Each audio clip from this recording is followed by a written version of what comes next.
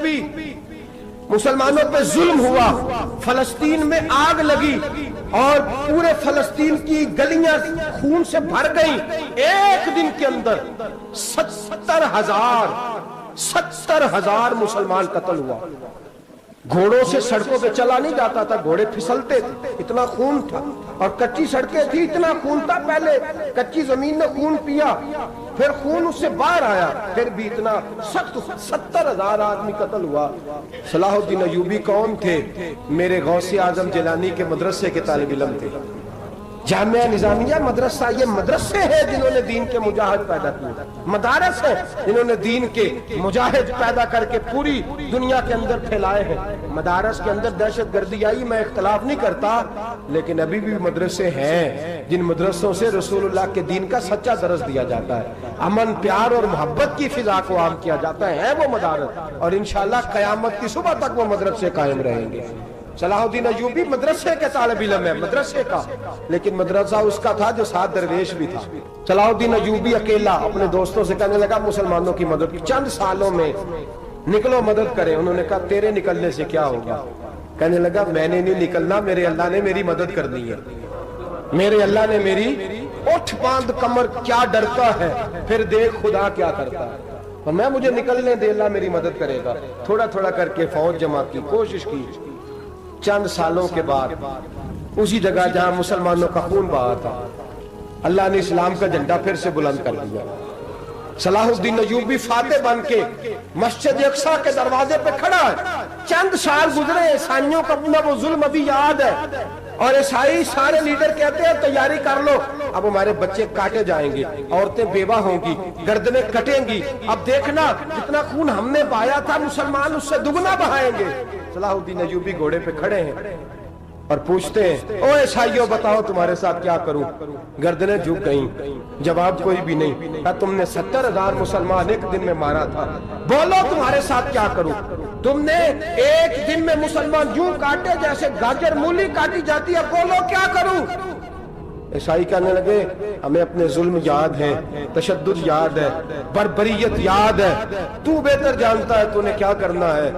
صلاح الدین ایوبی گھوڑے پہ فاتح کھڑا ہے، آنکھوں میں آنسو آئے، تڑپ کے رویا، کہنے لگا میں تمہارے ساتھ وہی سلوک کروں گا جو میرے مصطفیٰ نے قریش مکہ کے ساتھ فرمایا تھا، لا تصریب علیک، جاؤ تم پر کوئی زیادتی، جاؤ تم آزاد ہو۔ اس نے کہا تو کر کیا رہا ہے؟ کہنے لگا میں کیا کروں، میں اس محمد کا ماننے والا ہوں جس نے معاف کرنا سکھایا ہے صلی اللہ علیہ وسلم، میرے پیروں میں زنجیر ہے رسول اللہ کی غلامی کی، جاؤ تم آزاد ہو۔ اس نے کہا تم آزاد ہو، لوگوں نے کلمہ پڑھنا شروع کر دیا، اشہد ان لا الہ الا اللہ واشہد ان محمدن عبدہ۔ سارے قبیلے کے کچھ نہ کچھ لوگ مسلمان، ایک قبیلہ رہ گیا مسلمان نہیں ہوتا۔ صلاح الدین ایوبی اپنے خیمے میں بیٹھے ہیں تو ایک بی بی آ گئی، اس قبیلے کا کوئی شخص مسلمان نہیں ہوتا۔ بی بی آئی، آگے کہنے لگی میرے 4 بیٹے جنگ میں کھو گئے، چھوٹے چھوٹے بچے جنگ میں کھو گئے، مل نہیں رہے، فوجیوں کو حکم دے مجھے میرے بچے تلاش کر کے دیں۔ صلاح الدین ایوبی نے جھٹ پٹ سر پہ امامہ باندھا، نیزہ پکڑا، سینے بند باندھا، اپنے جبے کو سمیٹا اور باہر کہنے لگی تو کدھر جا رہا ہے؟ کہنے لگا میں خود تیرے بچے تلاش کر کے دوں گا۔ صلاح الدین چند سپاہی ساتھ گلی گلی نکلے، گلی گلی فجر کے نکلے، اثر ہو گئی، تھک گئے، 2 نمازیں صحرا میں پڑھی، جنگل کے اندر پہنچے تو ایک کونے میں 4 بچے ایک جگہ ڈرے اور سہمے ہوئے بیٹھے ملے۔ صلاح الدین ایوبی اٹھا کے لائے، ماں کو کہنے لگے تیرے بچے ہیں، نکلا اس لیے تھا کہ میرے نبی نے فرمایا بچے جدا ہوں تو ماں کو درد بڑا ہوتا ہے، اور میرے رسول نے فرمایا تھا جب جنگ کرنے جاؤ تو کھیت برباد نہ کرنا، فصلیں تباہ نہ کرنا، بچوں کو ماں سے جدا نہ کرنا۔ فرمایا میں سوچ رہا تھا تیرے بچے کہیں میری وجہ سے جدا ہو گئے تو مصطفیٰ کو جواب کیا دینا؟ فرمایا تیرے بچے ڈھونڈ کے لایا ہوں۔ بچے ماں کے پاس آنے لگے تو ماں نے بڑے بیٹے کے منہ پہ تھپڑ مارا، کہتا اماں کیا ہوا؟ کہنے لگے تو نے سنا نہیں کہ دشمن کے بچوں کی اتنی حفاظت کرتا ہے، میرے پاس نہ جا، اس کے قدموں میں بیٹھ جا، جس نبی کے غلام اتنے سچے ہیں وہ نبی کتنا سچا ہوگا، جس نبی کے نوکر اتنے کھڑے ہیں وہ نبی کتنا کھڑا ہوگا، جا کے کلمہ پڑھ لے۔ مسلمانوں کی ایک تعداد لڑتے لڑتے لڑتے لڑتے دور چلے گئی، تاتاریوں نے قید کر لیا، 4 مسلمان تھے، تبلیغ کرنے گئے، جنگ کرنے گئے، جہاد کرتے کرتے کافروں سے لڑتے لڑتے تاتاری قوم میں چلے گئے۔ وہاں قید کر لیے گئے تو سزائے موت کا حکم ہوا. 4 بزرگ تھے. سزائے موت کا حکم ہوا تو تاتاری بادشاہ جو تھا وہ بڑا خلاف تھا, بڑا سخت مخالف تھا مسلمانوں کے. اس نے کہا کہ ان کو جب پھانسی دینا نا مسلمانوں کو تو میرے سامنے دینا. اب 4 عالم ہیں, 4 صوفی ہیں, سفید داڑیاں, سر پہ امامے. پھانسی کا وقت آیا تو جو پھانسی گھاٹ ہے وہ ایک ہے, چاروں کو کٹھے پھانسی نہیں ہو سکتی. ایک کو کہا کہ ایک ایک کر کے ان کو پھانسی دو. جب پھانسی کا وقت آیا نا تو جو سب سے پیچھے صوفی تھے وہ دوڑ کے آگے آئے, کہنے لگے بادشاہ پہلی باری میری لگا. پہلی. اب بادشاہ نے کہا ٹھیک ہے اسے لٹکا دو. وہ قریب آئے تو دوسرے دوڑ آئے, کہنے لگے نہیں نہیں پہلی باری میں نے زیادہ کافر قتل کیے, میرا بڑا جرم ہے, مجھے پہلے سزا دو.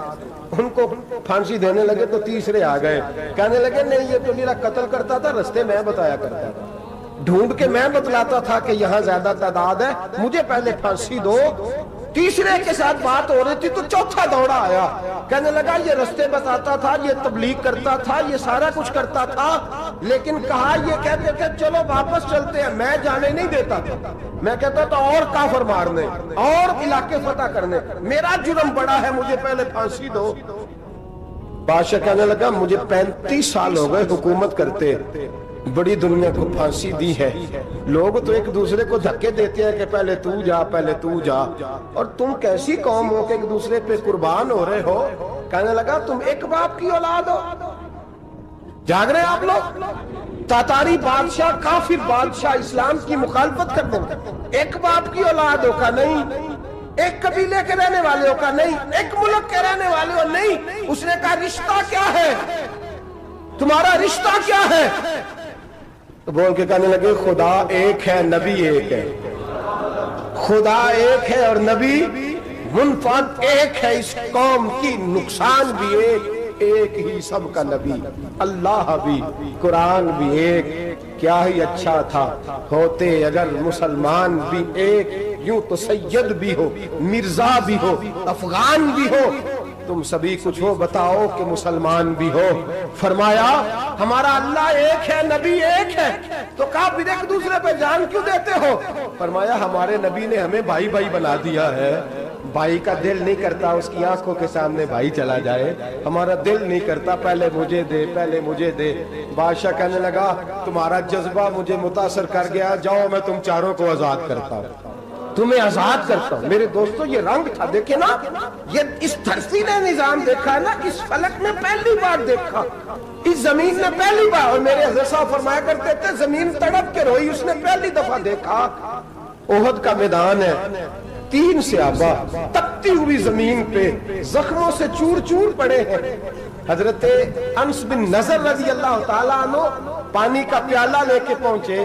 ایک زخمی سے کہا تجھے پانی پلانا ہے, تو کہنے لگا میرے زخم تھوڑے ہیں, وہ جو ساتھ پڑا اس کے زخم گہرے ہیں, پہلے اسے پانی پلا دے, جا اسے دے دے. اس کے پاس پہنچے تو وہ کہنے لگا وہ مجھ سے پہلے گرا تھا, اس کا زخم زیادہ گہرا ہے, اسے پانی پلا. تیسرے کے پاس گئے تو کہنے لگا چوتھا تڑپ زیادہ رہا ہے, اس کی عمر زیادہ ہے, میں تو جوان ہوں برداشت کر لوں, بڑھاپے کی وجہ سے نڈھال ہو گیا, پہلے اسے پانی پلا. چوتھا کہنے لگا 5ویں کے پاس جا, 5واں کہنے لگا 6ٹھے کے پاس جا. حضرت انس بن نضر کہتے میں رو پڑا, میں نے کہا محمد کے غلاموں, رسول نے تمہیں کیسا جذبہ دے دیا ہے, زبانیں پیاس سے باہر ہے لیکن تمہاری اخوت مرتے دم تک قائم ہے.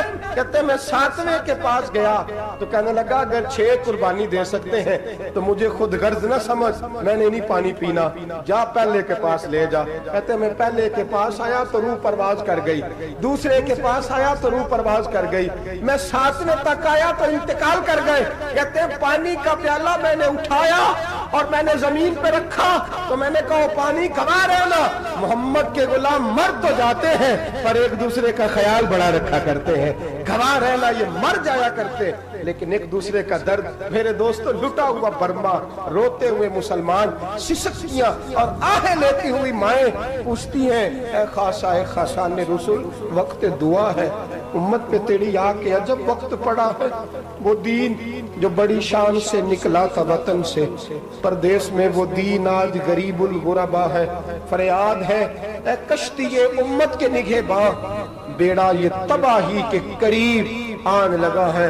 اور کیا خوبصورت جملے کہے تھے کہ نبی پاک صلی اللہ علیہ وسلم نے حضور نے فرمایا تھا میرا مومن ایک جان کی طرح ہوتا ہے، ایک جان کی طرح ہوتا ہے، ایک کو تکلیف ہو جسم کے ایک حصے کو سارا حصہ پریشان ہوتا ہے، فرمایا یہ ایک مکان کی طرح ہے، ایک اینٹ دوسری اینٹ کو مضبوط کرتی ہے، فرمایا یہ مضبوط لوگ ہیں، یہ مضبوط لوگ۔ حضرت عمر فاروق کا زمانہ ہے، ایک آدمی نے سیری بھیج دی ایک گھر میں بطور تحفہ، قحط کا زمانہ تھا، گوشت ملتا نہیں تھا، جانور، ایک آدمی نے سیری بھیج دی ایک آدمی کے گھر میں۔ اس نے کیا کیا؟ اس نے اپنی بیوی سے کہا ہماری تو خیر ہے، ساتھ والا پڑوسی زیادہ غریب ہے، ادھر نہ بھیج دے، یہاں گندم امیر شہر کی ہوتی رہی خراب اور بچی کسی فقیر کی فاقوں سے مر گئی، کہا ساتھ والے پڑوسی کے گھر سے میں کئی دنوں سے بھوک کی آوازیں وہاں بھیج دے۔ اس کے گھر گئی تو اس کی بیوی شوہر کو مشورہ دیتی ہے، کہتی ہے میرے بچے تو دلیر ہے، ساتھ والے کے چھوٹے ہیں، وہ گزارا نہیں، ادھر نہ بھیج دیں۔ ادھر گئی، ایک روایت ہے 7 گھر، ایک روایت ہے 21 گھر، 21 گھروں میں گھومتی ہوئی وہ سری پھر پہلے کے گھر میں آ گئی، اور پہلا صحابی کہنے لگا صرف تو نے ہی محمد کا کلمہ نہیں پڑھا، باقی بھی اس نے بھی پڑھا ہوا ہے، صرف تو نے ہی رسول اللہ سے یہ درس نہیں لیا، باقیوں نے بھی لیا ہے، اور صرف تیرے اندر ہی جذبہ اظہار نہیں، تو ہی صرف مسلمانوں سے پیار نہیں کرتی، سارے ہی پیار کرتے ہیں۔ وہ سری پھر آ گئی ہے، اب کیا کرنا ہے؟ اب کیا کرنا ہے؟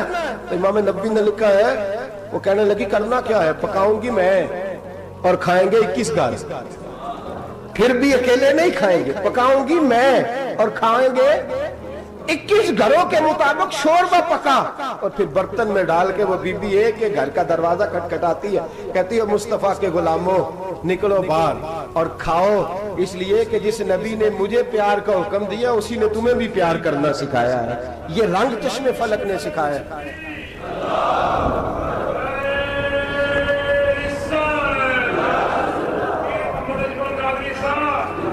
آپ کی بڑی مہربانی، زندہ باد وہی ہے جس کو اللہ رسول زندہ باد فرمائے، بڑی مہربانی، اللہ جزا دے۔ بنو قریظہ اور بنو نذیر 2 محلے تھے یہودیوں کے، یہودیوں نے بڑی عہد شکنی کی تو نبی پاک صلی اللہ علیہ وسلم نے ان کو بے دخل کر دیا، مدینے سے نکال دیا، مدینہ منورہ سے۔ یہودی نکل گئے مدینہ طیبہ سے، تو جب وہ نکل کے جا رہے تھے تو ان کے مکان، ان کے باغ، ان کی جائیدادیں بچ گئیں۔ نبی پاک علیہ السلام نے انصار مدینہ کو پہلے بلایا، جاگ رہے ہیں نا آپ لوگ؟ پیسے آتے کسی کو برے لگتے ہیں، اب تو یہ بھی حلال حرام کی تمیز بھی اٹھتی جا رہی ہے، جائیداد، باغ، مال، علاقہ خالی ہوا ہے، وہ چلے گئے اور لوگ تو ڈھونڈتے پھرتے ہیں۔ اللہ خیر فرمائے، شاملہ جگہ ملتی نہیں اب شہروں میں، وہ کس کس نے نام کرا لی، کدھر گئی ہے کوئی خبر ہی نہیں، خالی جگہ پڑی ہے۔